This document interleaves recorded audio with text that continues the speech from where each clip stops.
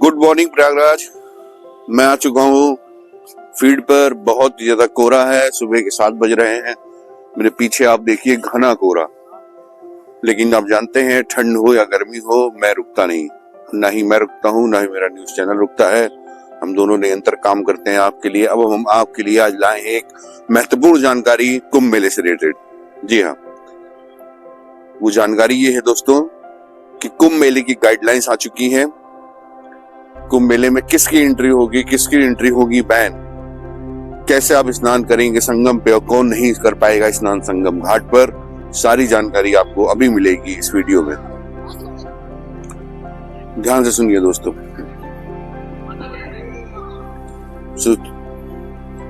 दोस्तों ध्यान से सुनिए।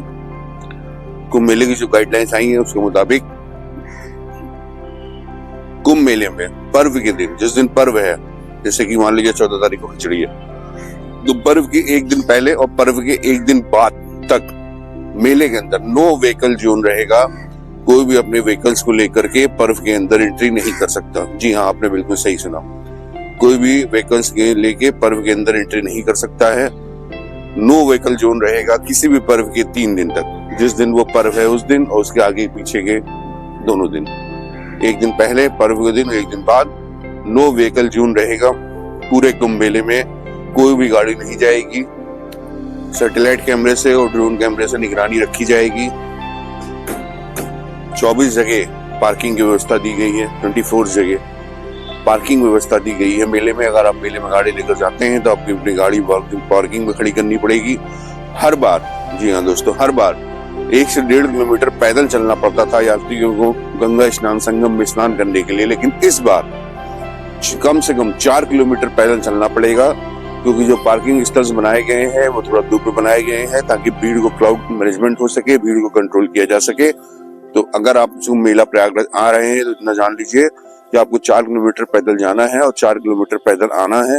अप्रोक्स उसे 10 किलोमीटर के अराउंड मान लीजिए, इतना आपको ट्रेवल करना पड़ेगा। और जो व्यक्ति जिस साधन से जहां पर आ रहा है, जैसे कि आपने फाफामऊ तरफ से आ रहे हैं, आप तेलियरगंज की तरफ से आ रहे हैं, या आप नैनी की तरफ से आ रहे हैं, आप डांडी की तरफ से आ रहे हैं, जो व्यक्ति जहां से आएगा उसे वहीं पर रोक करके वहीं पर जो स्नान घाट बनाया गया है वहीं पर स्नान कराया जाएगा ताकि भीड़ मैनेजमेंट हो सके दोस्तों, क्राउड कंट्रोल है। और एक विशेष बात है दोस्तों, कुंभ मेला 2025 में ट्रेन्स जो हैं वो भी पर्व के एक दिन पहले और एक दिन बाद तक नहीं चलेंगी दोस्तों। जी हाँ, अगर आप कुंभ मेला में आने का प्रयास कर रहे हैं प्रयागराज कुंभ मेला 2025 में, तो इस बात को ध्यान रखिएगा कि आपको कम से कम 3 दिन का यहाँ पे स्टे लेना पड़ेगा अगर आप पर्व में आ रहे हैं तो।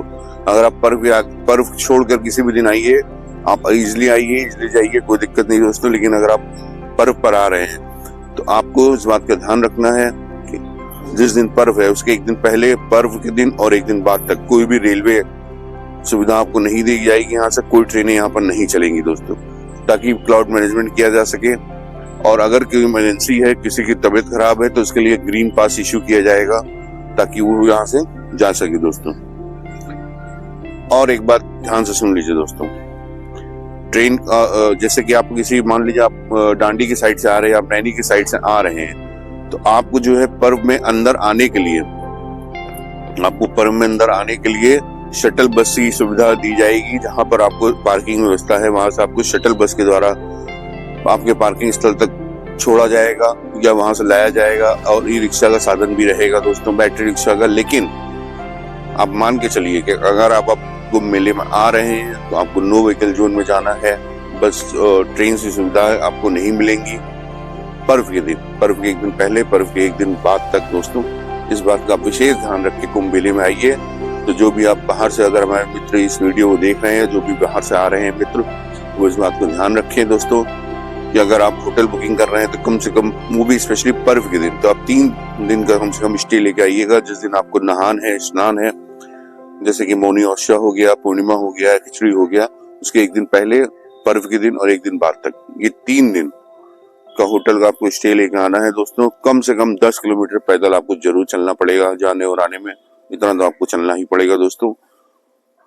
लेकिन यकीन मानिए दोस्तों, जब आप आएंगे कुंभ मेला प्रयागराज, आपको पता ही नहीं चलेगा कि आप 4 किलोमीटर 5 किलोमीटर पैदल चल लिए हैं, क्योंकि हम लोग तो रोज चलते हैं और बहुत ही मजा आता है।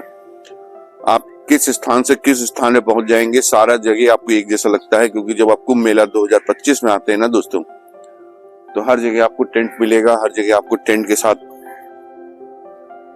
सारी सुविधाएं मिलेंगी और सारा लोकेशन आपको एक ही जैसा दिखेगा।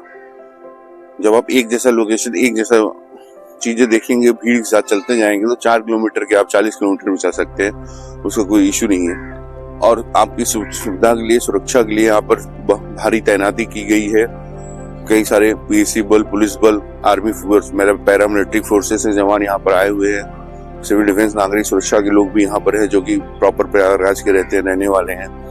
और ड्रोन कैमरे से निगरानी रखी जा रही दोस्तों, चप्पे चप्पे पर बम स्क्वाड और सारी चीजें अवेलेबल है। इतनी टाइट सुरक्षा तो मैंने अपने जीवन में कभी प्रयागराज में नहीं देखी किसी मेले में जितनी इस बार है दोस्तों।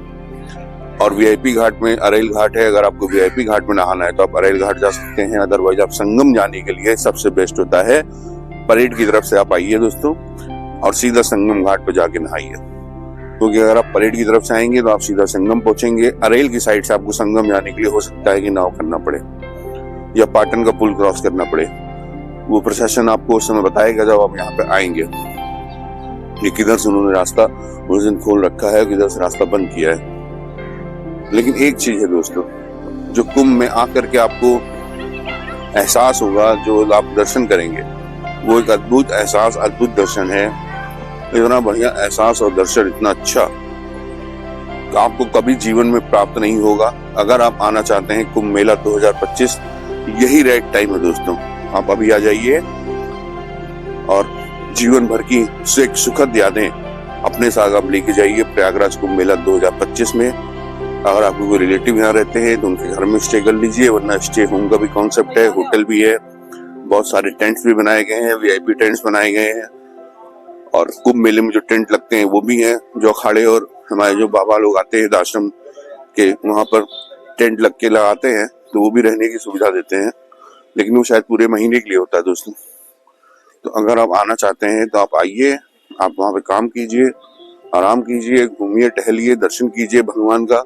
जगह जगह कुंभ नगरी में इसमें भजन कीर्तन हो रहा है दोस्तों। मैं तो सुबह सुबह उठता हूँ और सारे शाम तक सिर्फ भगवान के भजन की आवाज आती है कान में। हर तरफ एक अद्भुत ही नजारा है, जैसे कुंभ नगरी नहीं, ये प्रयागराज कुंभ नगरी है, लेकिन ये कुंभ नगरी से आगे बढ़कर प्रभु की नगरी बन गई है, ऐसा आप समझिए।